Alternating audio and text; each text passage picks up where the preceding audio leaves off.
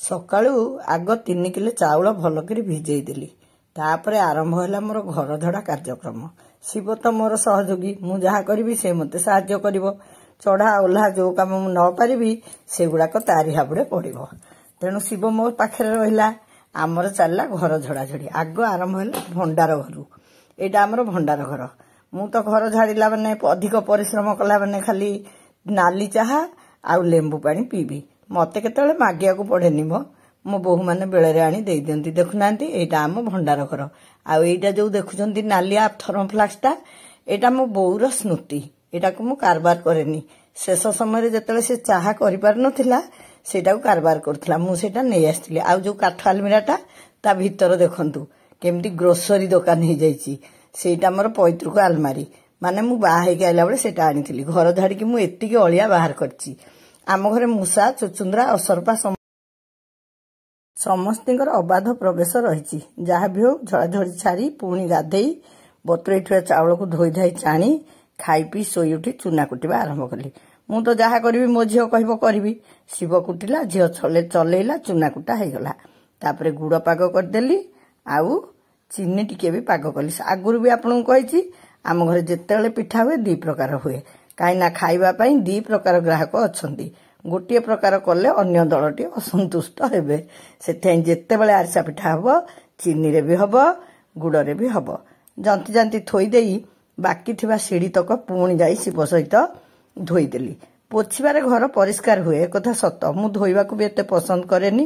ଆମର ଛୁଆପିଲା ଘରେ ଘର ଧୋଇବା ବଡ଼ ମୁସ୍କିଲ। ଛୁଆମାନେ କୁଆଡ଼େ ଗଲେ ସିନା ଘରଟା ଧୋଇବ, ନହେଲେ ଓଦା ଘରେ ପଚର ପାଚର କରି କିଏ ପଡ଼ିବ କ'ଣ ହବ, ସୁବିଧା ଲାଗେନି। କିନ୍ତୁ ମାସେ 1.5 ମାସରେ ଥରେ ଧୋଇଦେଲେ ଟିକେ ପରିଷ୍କାର ଲାଗେ। ମୁଁ ଭାବେ ଆମର ଆଗରୁ ଯେଉଁ ସବୁ ନୀତି ଗୁଡ଼ାକ ଥିଲା ଅଳସୁଆମାନଙ୍କ ପାଇଁ ହିଁ ଏଇ ନୀତି ଥିଲା। ଯେଉଁମାନେ ଅଳସୁଆରେ କାମ ନ କରିବେ ସେମାନଙ୍କୁ ଗୋଟେ ଜବରଦସ୍ତ ଆଜି ସଂକ୍ରାନ୍ତି, ଆଜି ଅମୁକ, ଆଜି ଢମୁକ କହି ଘର ଧୁଆ କରେଇବା।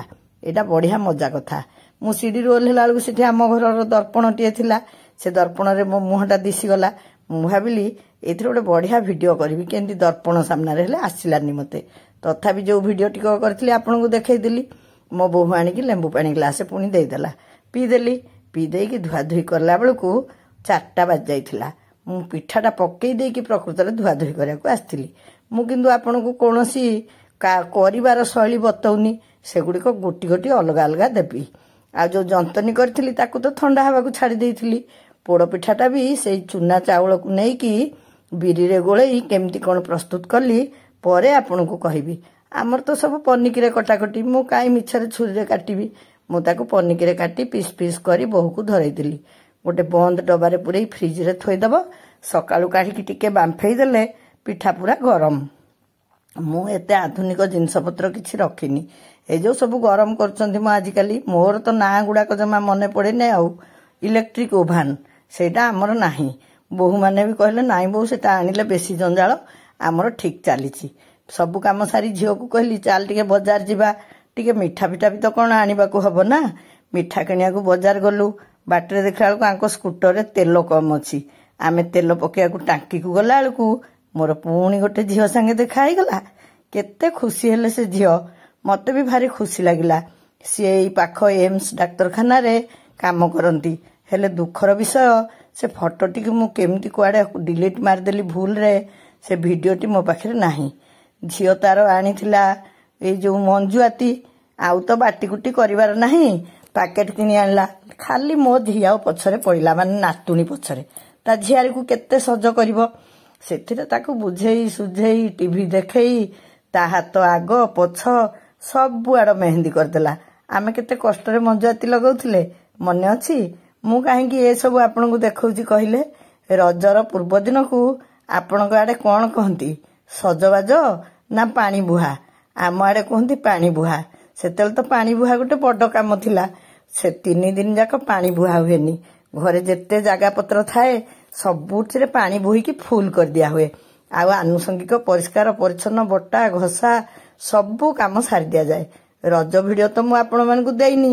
ଏଇ ଆଜିଠୁ ଜାଣନ୍ତୁ ଭିଡ଼ିଓ ଆରମ୍ଭ ହେଲା। ରଜ ପୂର୍ବ ଦିନଠୁ ଏ ଭିଡ଼ିଓ ଆଜି ଦେଲି, ତାପରେ 3 ରଜର ଭିଡ଼ିଓ ବି ଦେବି। ପିଠା ଛାଣିଲା ପରେ ବୋହୂ ତାକୁ ସଜେଇକି ଫଟୋ ଉଠେଇ ଦେଇଥିଲା।